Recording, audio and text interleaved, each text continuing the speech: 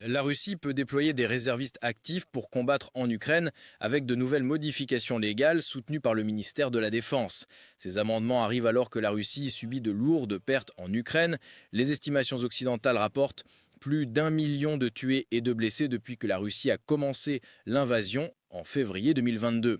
Les changements devraient être approuvés par le Parlement russe et permettent au président Poutine d'éviter une autre mobilisation, car la mobilisation partielle de septembre 2022 était impopulaire.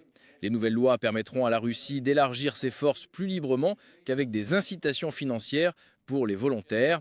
Actuellement, il y a près de 2 millions de réservistes actifs en Russie. Pour les analystes, le système actuel de recrutement a atteint le point de rupture, forçant le Kremlin à mobiliser les réservistes pour maintenir la puissance face aux lourdes pertes. Les réservistes avec des formations annuelles recevront un salaire supplémentaire s'ils sont appelés à la guerre selon les nouvelles lois.